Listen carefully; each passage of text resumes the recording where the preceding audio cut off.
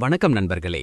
இந்த வீடியோல ஸ்டீரிங்க இப்படி பிடிச்சு ஓட்டினால் கண்டிப்பா டேஞ்சர் தான் அப்படி என்ற தலைப்புல பார்க்க போறோம். ஸ்டீரிங் பிடிச்சா கார் நம்ம கையில இருக்கும் போலத்தான் தோணும். ஆனா சிலர் பிடிச்ச விதத்திலேயே வாழ்க்கையோட விளையாடுறாங்கன்னு தெரியாது. இந்த வீடியோ முழுசா பாருங்க. உங்க கையில இருக்கிறது கார் மட்டும் இல்ல, உங்க உயிரும் தான். யோசிச்சு பாத்தீங்கன்னா எப்படி பாதுகாப்பாக இருக்கணும்னு புரியும். ஒரு நாள் நான் ஹைவேல ஓட்டுறேன். வண்டி வேகம் 80க்கு மேல. அந்த நேரம் பக்கத்துல இருந்த என் நண்பன் சொன்னா, டே, நீ ஸ்டேரிங்க பிடிச்ச விதம் பாரு, அது டேஞ்சர்டா. அப்பதான் புரிஞ்சது, ஸ்டேரிங் பிடிப்பது கலை மாதிரி. பல பேர் ஊட்டும்போது ஸ்டேரிங்க ரொம்ப டைட்டா பிடிச்சிருப்பாங்க, அது கட்டுப்பாடு போல தோணும். ஆனா அது ஓட்டுபவருடைய மன அழுத்தம். அந்த அழுத்தம் கையிலிருந்து காருக்கு போகுது.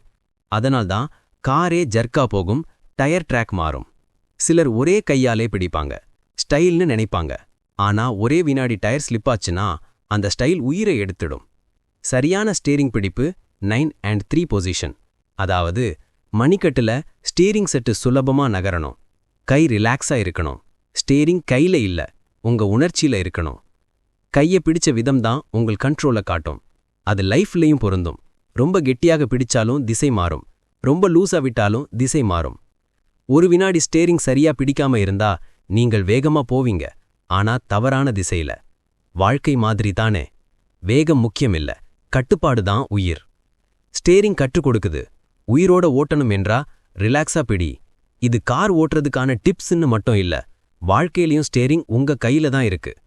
சொல்லப்பட்ட விஷயம் பிடிச்சிருந்தா லைக் பண்ணுங்க, ஷேர் பண்ணுங்க, சப்ஸ்கிரைப் பண்ணுங்க. அடுத்த வீடியோல வேறு ஒரு தலைப்பில் சந்திக்கிறேன். நன்றி.